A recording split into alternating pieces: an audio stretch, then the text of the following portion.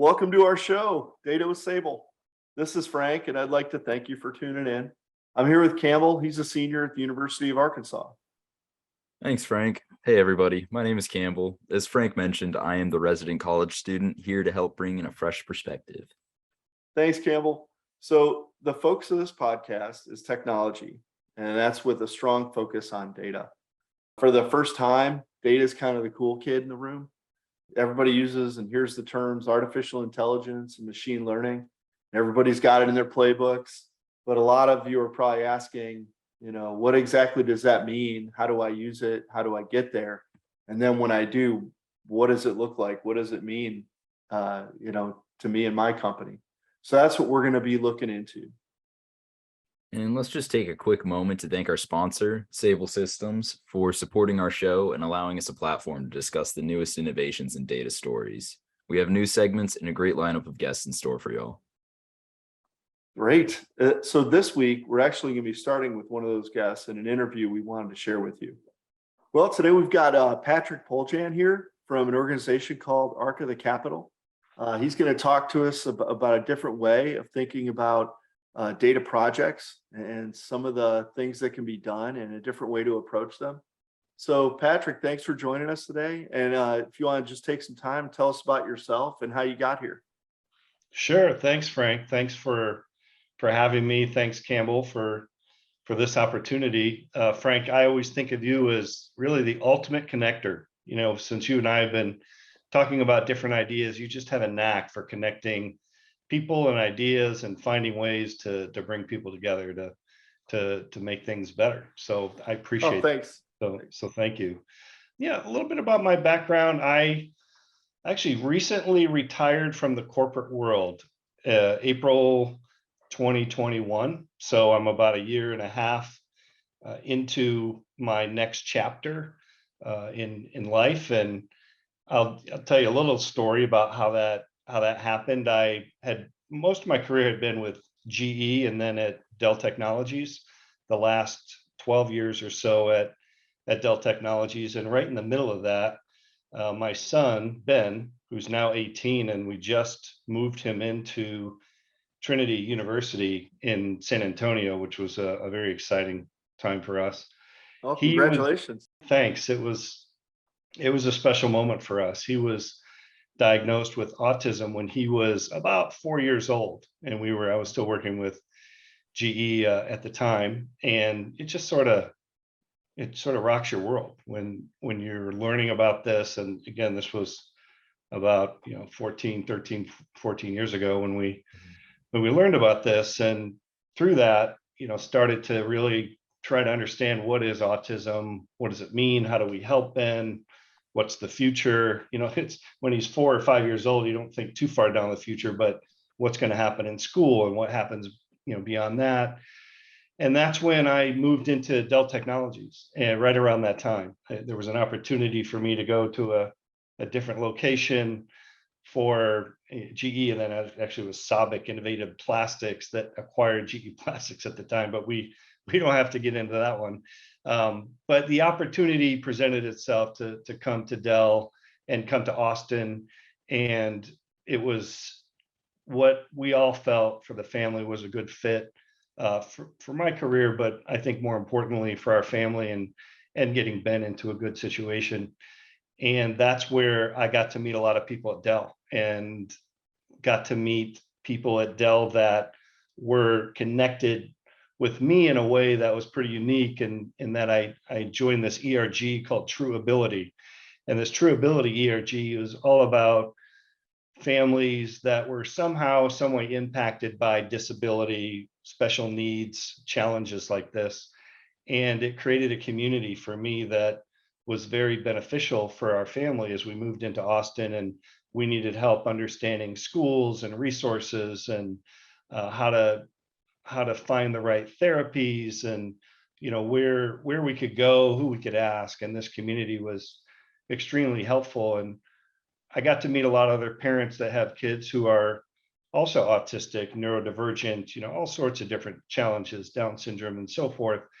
And as our kids were developing and growing and moving forward into young adulthood. And then, adulthood, we started to study what happens next. And that's when I got really scared and learned that people with autism have maybe their unemployment rate is like 80 to 90%, either unemployed Wow. or underemployed.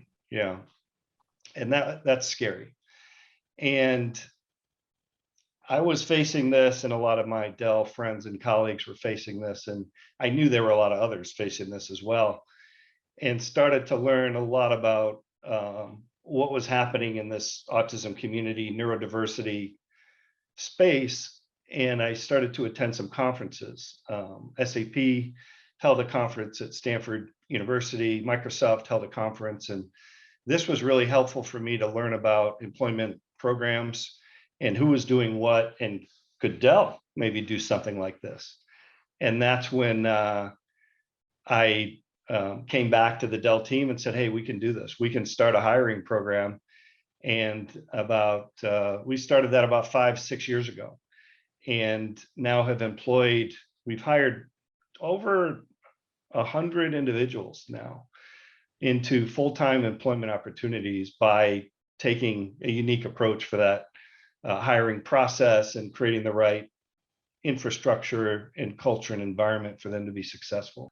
That's what led me to the Arc of the Capitol. So one of the key service providers that was helping Dell and helping other employers was the Arc of the Capitol, which is a nonprofit here in Austin that provides support for people with intellectual and developmental disabilities and neurodiversity, and was able to provide job coaching for our Dell hires, and working with the managers and working with the individual hires to help them be successful. And I was really impressed with that capability.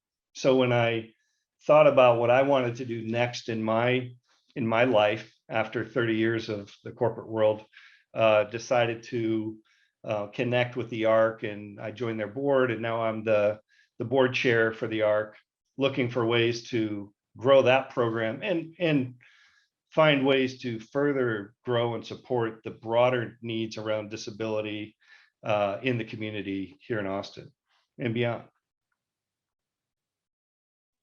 That is fantastic, and especially hearing the numbers that folks you've been able to engage, basically from a startup program at Dell.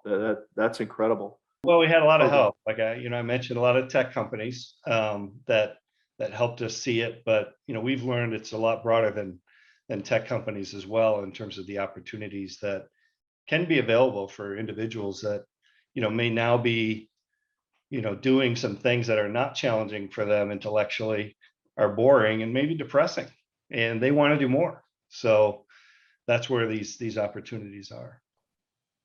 Why do you think that there is such a low employment rate among neurodiverse? Well, look, a lot of it has to do with the behaviors of people who are, let's call it, neurodistinct, right? So think about your interview process, Campbell. When you think about the importance of the eye contact, right? The firm handshake, the clear and concise answers to interview questions, maybe a panel interview that requires, super communication skills. Folks with autism really struggle with that.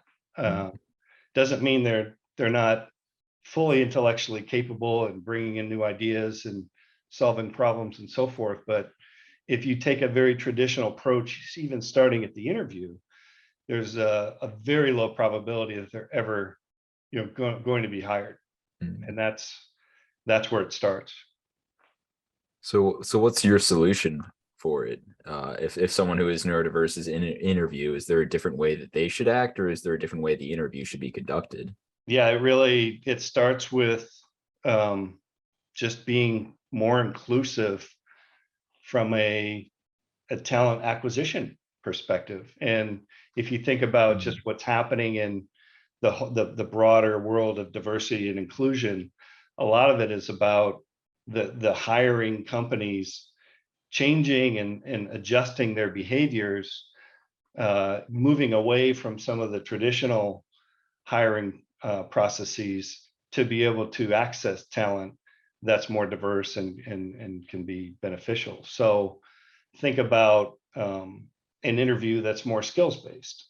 So at Dell, for example, what we've done is had a week-long non-traditional evaluation process where we invite a cohort of recent graduates who have identified themselves as being neurodivergent, and having them work on a project.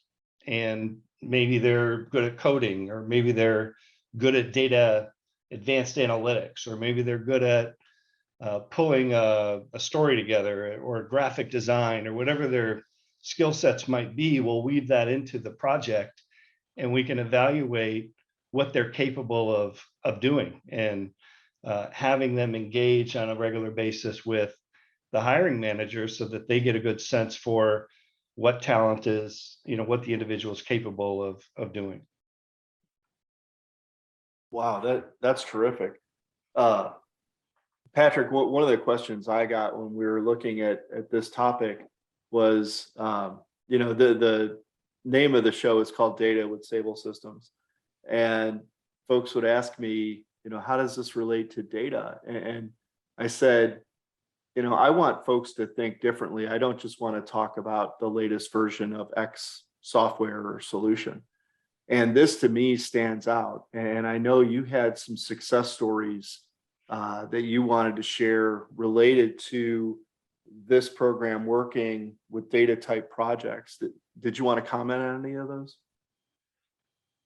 Sure, Frank. Yeah, happy to. Look, I think the area of just data analytics, advanced analytics, spaces like certainly coding and software development, but also things like robotic process automation are areas where, and cybersecurity as well. I'd be remiss if I didn't mention that one, which is so important. Those are all areas where Dell and SAP and Microsoft and Ford and some of the banks that are putting programs together like this have had some significant success, because one, there is a skill gap out there for many companies that are trying to accelerate their capabilities in these spaces.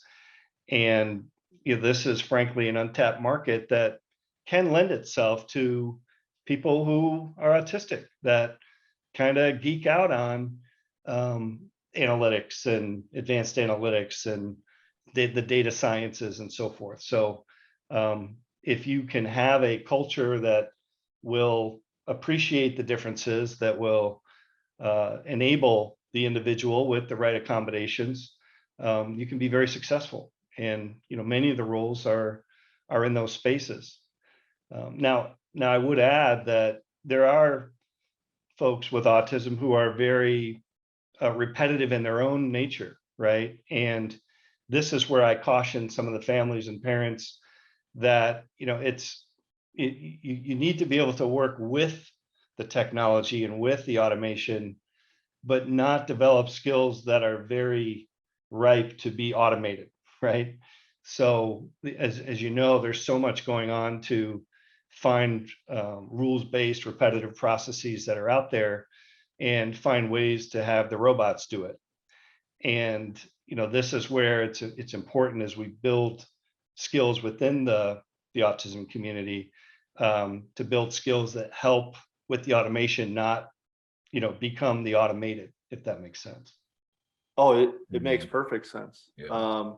That was actually one of the questions I had was, a lot of times we hear that folks are fearful of automation, but to be honest with you, I've been in technology for 30 years and folks have always been fearful of any technology.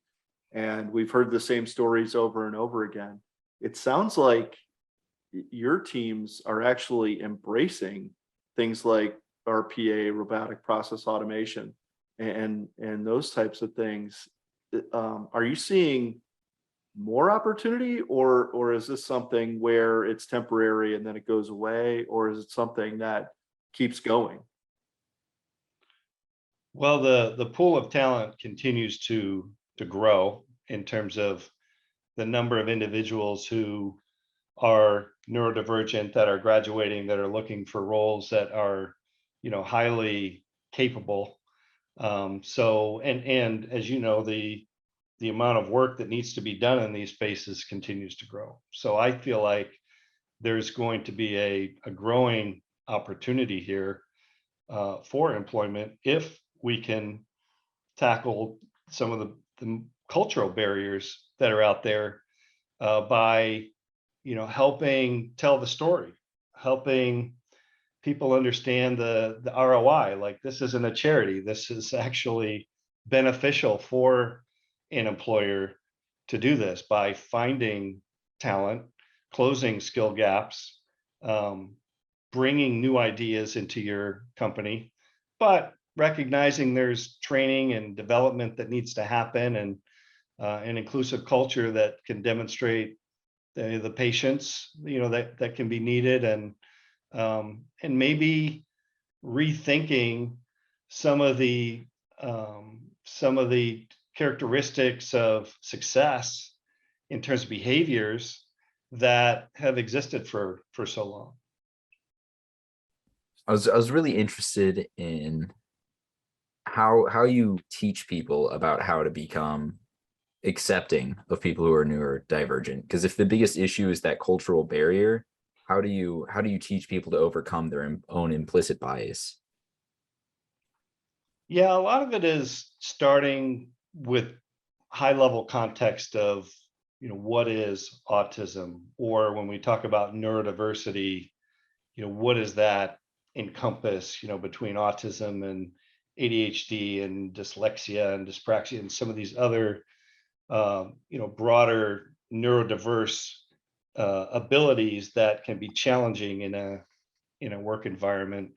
So education is where it starts with a company, with a leadership team.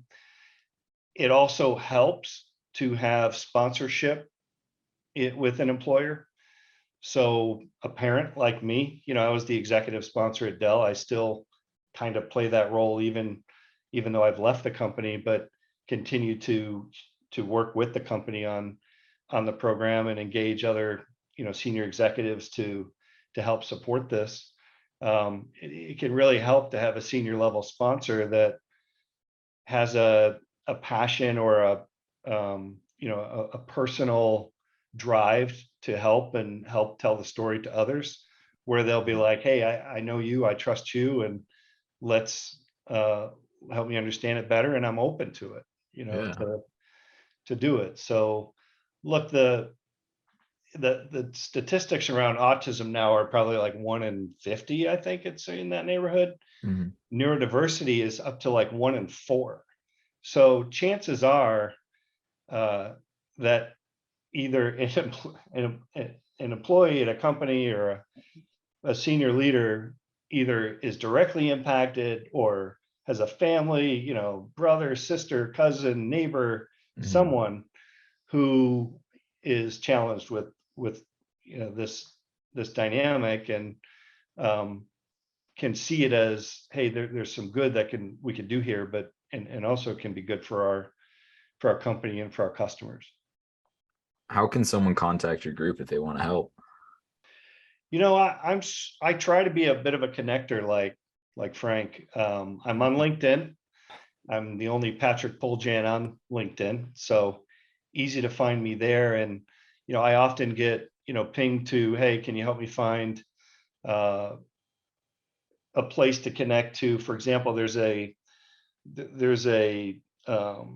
job board for people who are neurodiverse that was set up by this autism roundtable that Dell and the other companies I mentioned are part of, that put you into a pool of talent that all of those companies can evaluate, or it could be what is job coaching, or how does that work, and so forth. So you can connect with me directly, and see if I can't find the right connection from there to plug people in, but always interested in talking to employers that, see this as an opportunity, whether it's working for or whether it's connecting you with, there's both nonprofit and for-profit organizations that are working this on a regular basis to try to help companies bring in neurodivergent talent.